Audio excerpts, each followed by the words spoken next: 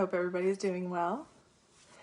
I am going to share a few songs tonight, and I am specifically sharing songs that are kind of coming from a place of things that I have learned about myself in these last 3 to 4 years.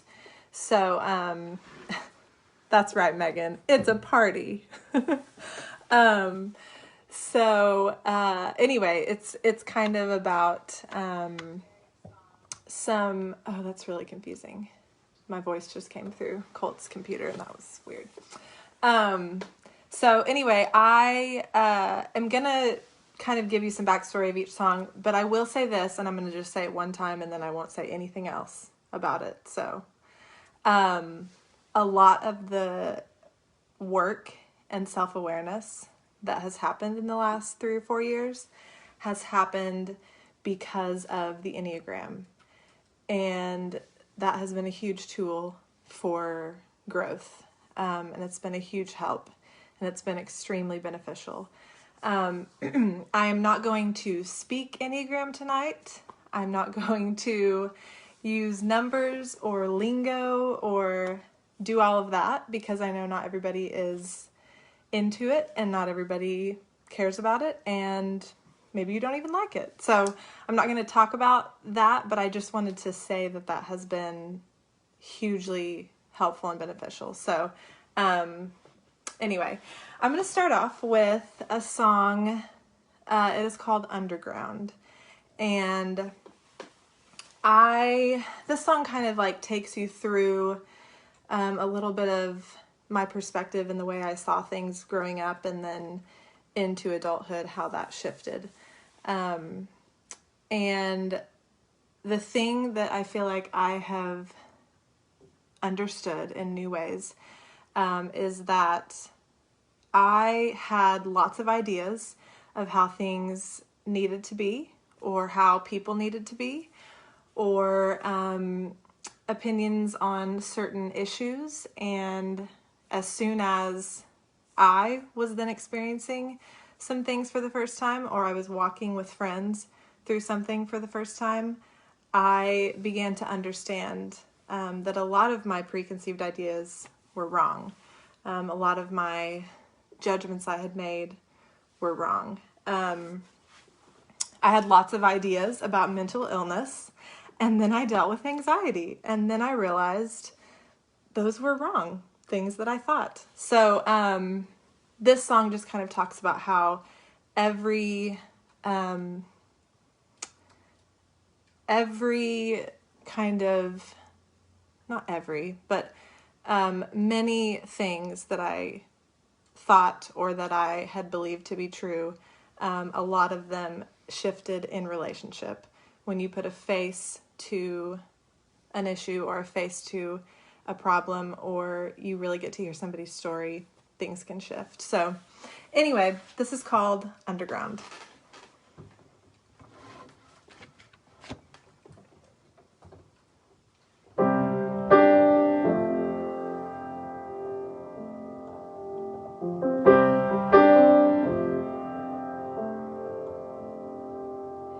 I grew up in a safe town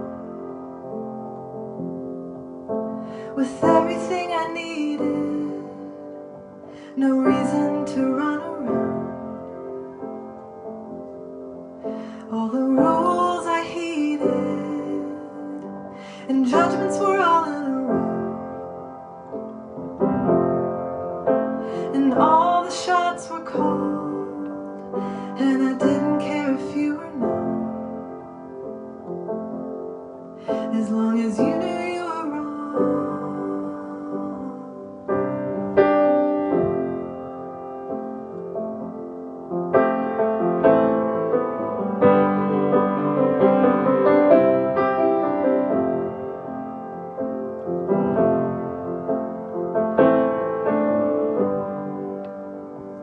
Just line them up and I can say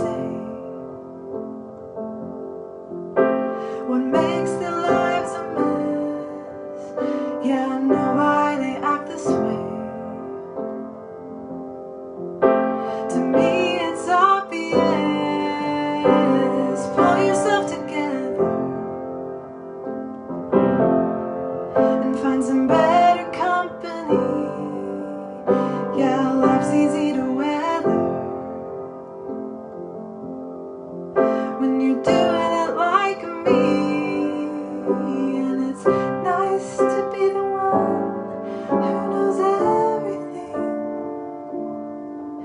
It's a job that someone has to do.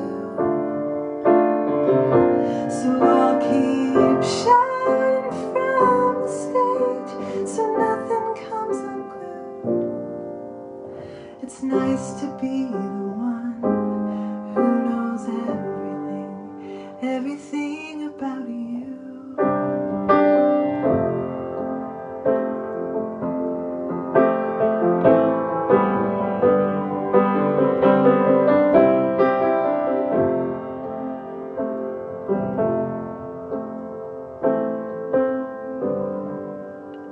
What makes us act the way we do? Hurt that was caused or lies believed as true. Oh, everyone has a perspective that's new. So I can walk beside you or ignore what's inside of you, and I can isolate you.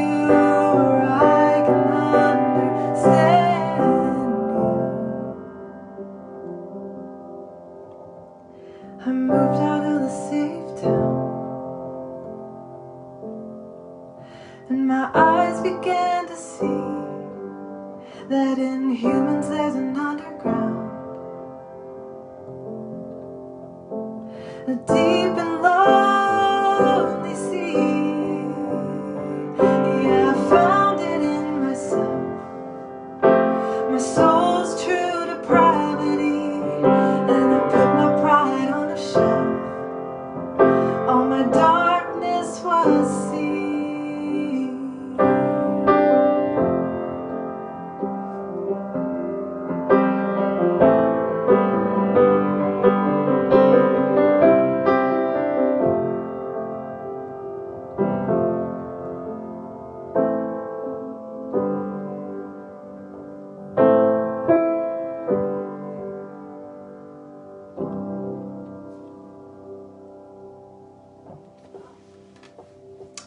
So that's Underground, and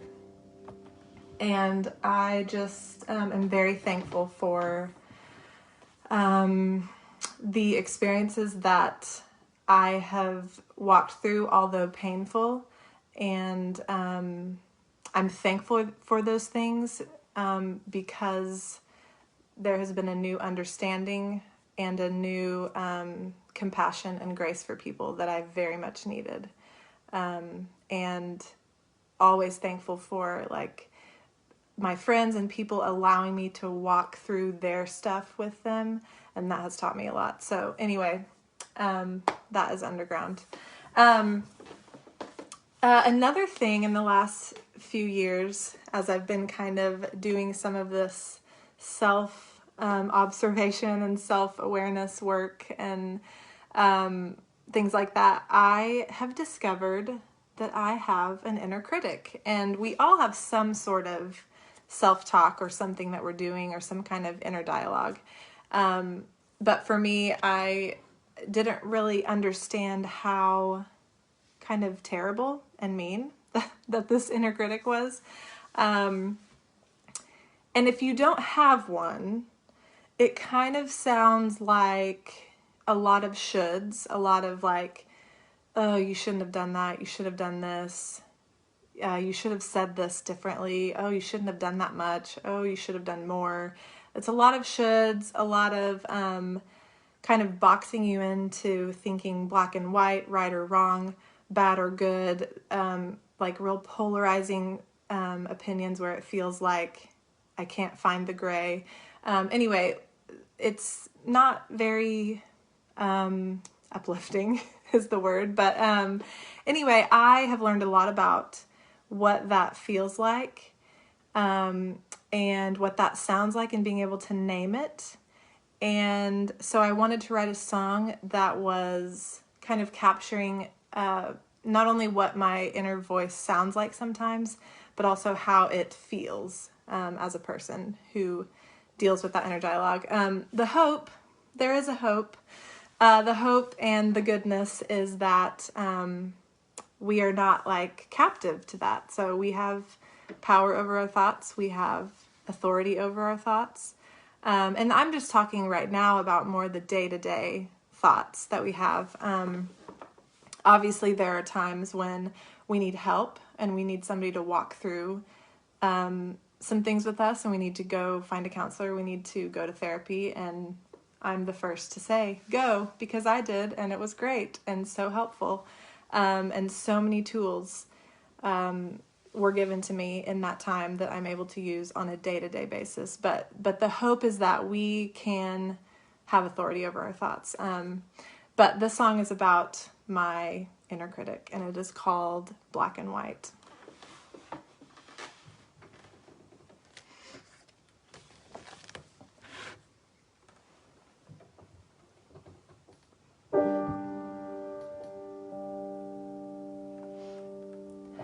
You cut right in with theology, what's best for me, my hypocrisy. And when I answer respectfully to disagree, you lecture me on black and white, black and white, black and white, black and white. You asked for what you couldn't find, so I put it all out on the line. It wasn't what you were thinking of, so I took the stand, the crime fit the glove. Black and white, black and white, black and white, black and white. You're a ceiling on my days. You're too much to shoulder. You're a cap on my joy. You say I'm done and it's all over.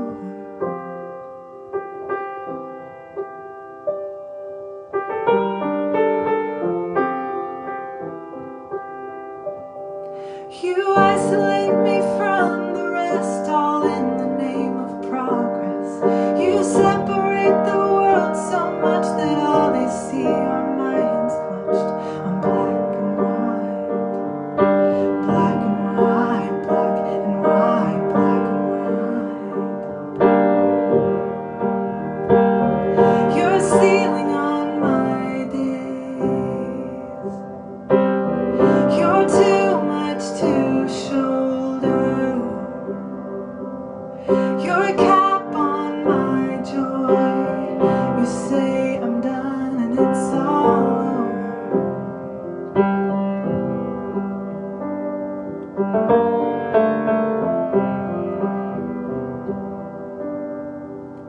You build the shame, you are my name. You mark the course, you bring remorse. You blame a weak, you grow the pink. You move the ends, you are my lens. You make the rules, you've got the tools. You set the bar, you're the feather and tar. You are the hour, you keep the score. You name the hour, you've got the power.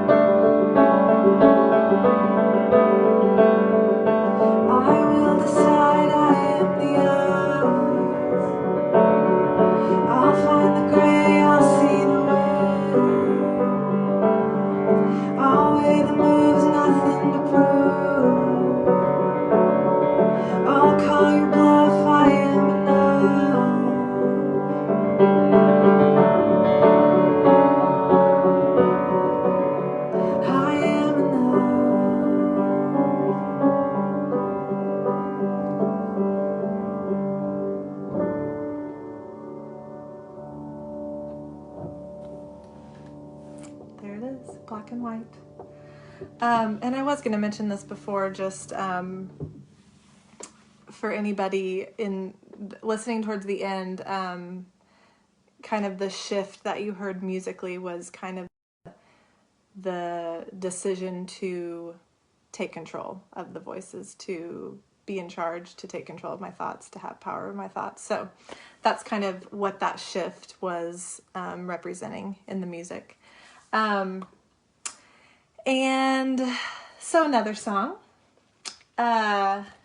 So I am somebody who I just really love when people follow their dreams, when they set a big goal and they work towards it, when they accomplish something that they've been dreaming of for years. Like, I just love seeing people do those things. I love seeing people realize that they have something to offer, and that they take ownership of that, and that they give that to the world. And I love when people realize that they have something unique to offer. And so that's a great thing. That's a fine thing about myself. But what can happen sometimes if there is not balance, and if I'm not self-aware, and if I'm not considering other people, and maybe how that could feel, I can sometimes set expectations for people that aren't fair, or set a bar or a standard that isn't really mine to set, and it's not theirs to meet. And so I have to be careful that I'm not setting up expectations that don't need to be set up by me, only to leave me feeling resentful for kind of no reason. And so I have to be careful with that, to make sure that when I push, when I encourage, that it's done from that place of love, and that I'm considering how the other person is perceiving that. And so anyway, this song is kind of about that balance and that tightrope that I feel of, like, if I want a friend to pursue something, like, oh, I want that for you, I want that for you, I also have to take into consideration, do they want that for themselves? And do they want it right now, right this minute, for themselves? And so anyway, this is called Give Up. And it's kind of about that dance of balance, of wanting to push and encourage, but not wanting to set unfair expectations. So anyway, here it is.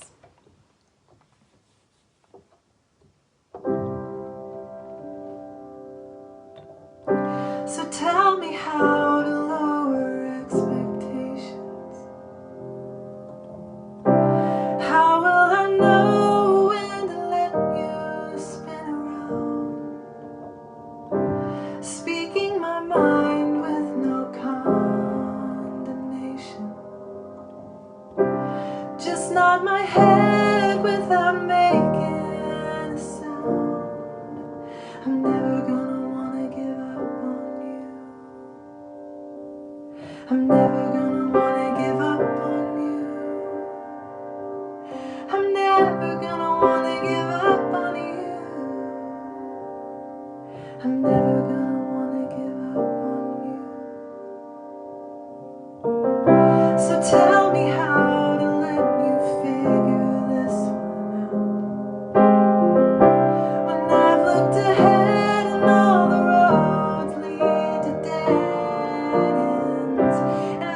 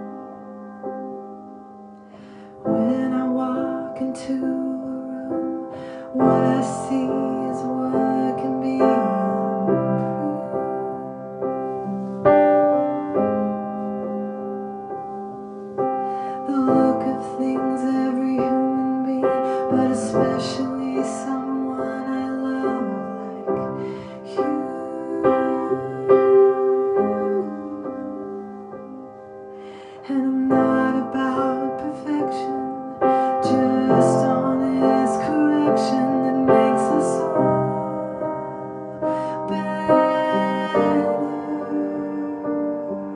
And it's born out of love, so please give grace if I mess up.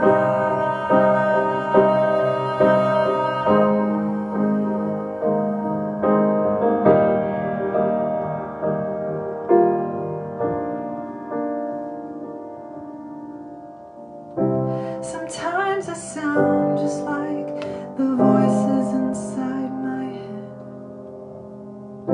No, I don't think it's right, I know it's all lies, but it's what I'm used to. And the only cure is to let myself be loved instead. No earning or doing or guilt or proving to you that I'm never gonna wanna give up on you. I'm never gonna wanna give up on you. I'm never gonna wanna give up on you. I'm never gonna wanna give up on you.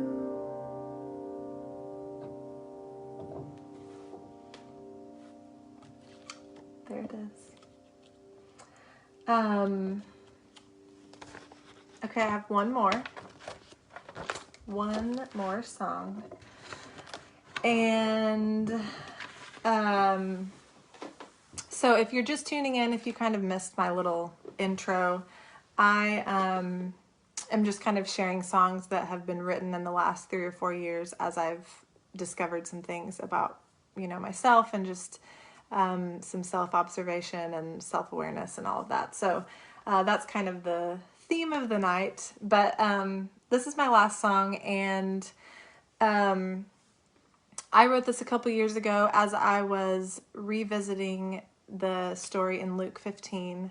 And if you're not familiar with that, it is the story of the prodigal son, or the parable of the lost son. Either way. But the gist of the story, fast version, a father has 2 sons. The young son wanted his share of the estate right then, took it, went off, wasted all of his money, was irresponsible, ended up hungry and desperate, went back to his father's house. Meanwhile, the older son was there, was not doing any of those things, was still with his father. But when this younger son was coming back, it was this feeling of, I'm not worthy to be called a son anymore. And what it says is, so he returned home to his father, and while he was still a long way off, his father saw him coming. Filled with love and compassion, he ran to his son, embraced him, and kissed him. We must celebrate with a feast, for this son of mine was dead and has now returned to life. He was lost, but now he is found. And always growing up, that story bothered me, which, as you can tell by the bits that you know of me through these songs, I thought I had a lot of things figured out. And that older son, I felt for him. Like, how does that feel to be the one that was doing the right thing and being responsible? And then the younger son comes back, and there's this huge celebration. And I kind of found myself feeling like the injustice of that, kind of. And then it was like, as I revisited this story in these last few years, there was this this newer and deeper revelation that I am the younger son. I have many times been off doing my own thing, and there's always, in all the situations and all the struggles and all the pain in all of life, God, who we also refer to in Christianity as our Father, He's always welcoming me back with love and with grace and with forgiveness. And that isn't dependent on what I'm doing. It's because my position is a daughter. It's because as daughters and as sons, that's our role, that's our position, and that can't be changed by something that we've done. And so anyway, there was a new revelation of just my need for grace, my need for forgiveness, my need for a savior, for somebody to save me.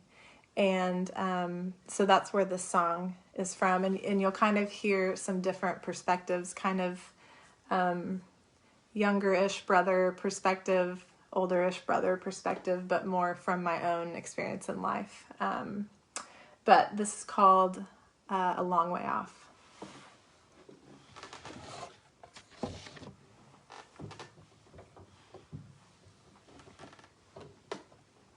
I'm going to get a drink of water. Okay.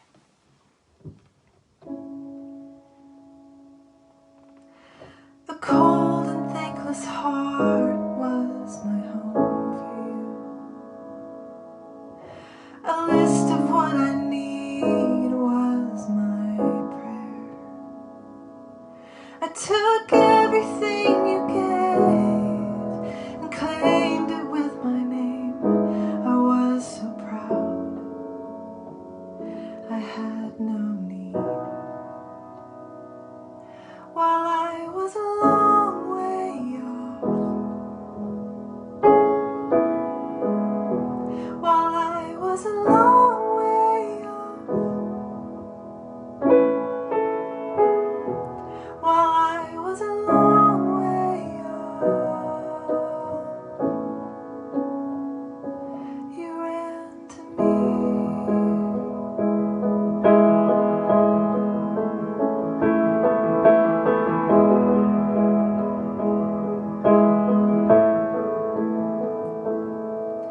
I was weak with nothing good to offer. I was trying, but I only felt the same.